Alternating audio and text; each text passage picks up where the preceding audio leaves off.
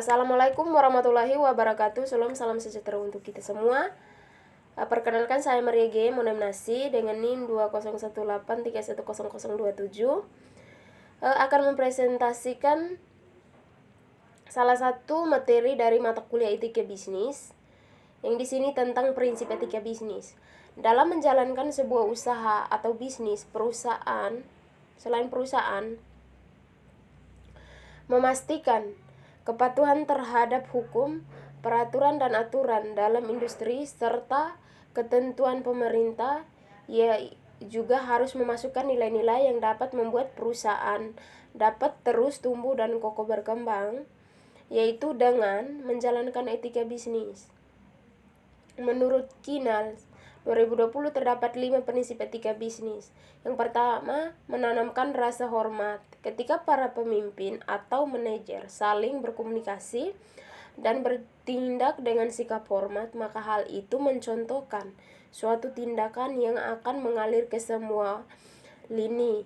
Nah, mengutip pendapat Michael Jobson, seorang pendiri Karakter Coach, Kinal menguraikan bahwa menanamkan rasa hormat adalah tindakan yang bermartabat.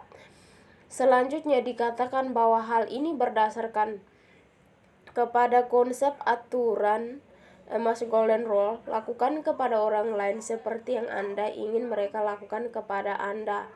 Nah, dengan kata lain, hendaknya selalu bertindak secara hormat dalam setiap langkah tindakan. Kilans menyampaikan bahwa kata lain dari rasa hormat itu adalah civility, sopan terhadap masyarakat; courtesy, sopan dalam bertindak; decency, sopan dalam bertingkah laku; dan toleransi; dan appetence, sikap menerima.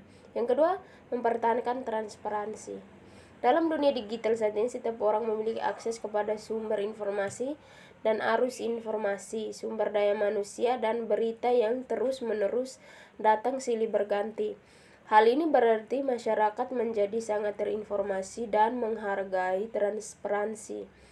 Dikuak oleh Kinal, 80% konsumen akan berhenti membeli dari merek yang kurang transparan. Oleh karenanya, perusahaan perlu menjaga prospek klien dan karyawan agar mereka dipastikan mendapat informasi lengkap dengan komunikasi yang jujur, yang memungkinkan pemahaman menyeluruh tentang misi, produk, dan layanan perusahaan. Menghadapi konflik dan kekecewaan orang lain dengan empati. Dalam menghadapi konflik dan kekecewaan, hendaknya setiap perusahaan menghadapinya dengan empati. Konflik dan kekecewaan tidak bisa dihindari dalam bisnis. Dengan cara menangani semua masalah dengan penanganan yang tepat, maka hasil yang diperoleh akan membuat suatu perbedaan. Yang keempat, menerapkan budaya kolaborasi. Kinal menyarankan agar mengembangkan budaya kolaborasi. Mengapa demikian? Memimpin dengan niat mendengarkan, terus belajar, dan tumbuh bersama tim. Mempertahankan komunikasi terbuka dari konsisten dalam berpendapat untuk memastikan anggota tim merasa didengarkan dan dipahami. Nah, pada gilirannya, hal ini akan mendorong tim untuk saling berkontribusi dan menjadi lebih inovatif dan produktif dalam melakukan tugas sehari-hari. Nah, yang kelima, selalu bertindak baik atau memberi kebaikan. Mengapa? Tindakan kebaikan merupakan komponen penting dalam etika bisnis. Selain rasa hormat, kebaikan memanifestasikan jati diri dalam berekspresi, yaitu dengan cara terima kasih, memberikan penghargaan, memberikan pengakuan, memberi rasa empati dan kasih sayang. Kini memberikan satu, yaitu etika bisnis sebagai sikap moral atau morality dapat dipercaya, reliability, terus kepercayaan yang diberikan, pilihan atau choice, prinsip, principle, terhubung atau hubungan, relationship, kemampuan memberi respon atau responsibility, dan tingkah laku, behavior. Yang kedua, respect in earn, honesty in upright, truth in agonate, loyalty is return, yaitu berarti rasa hormat itu terdapat pada diri seseorang. Kejujuran itu akan memperoleh apresiasi, dihargai. Kepercayaan itu didapat dari tindakan-tindakan jujur berulang-ulang, dan loyalitas itu sebagai imbal balik dari sikap menghormati orang lain, jujur dan dipercaya. Nah, sekian presentasi dari saya, kurang lebihnya saya mohon maaf.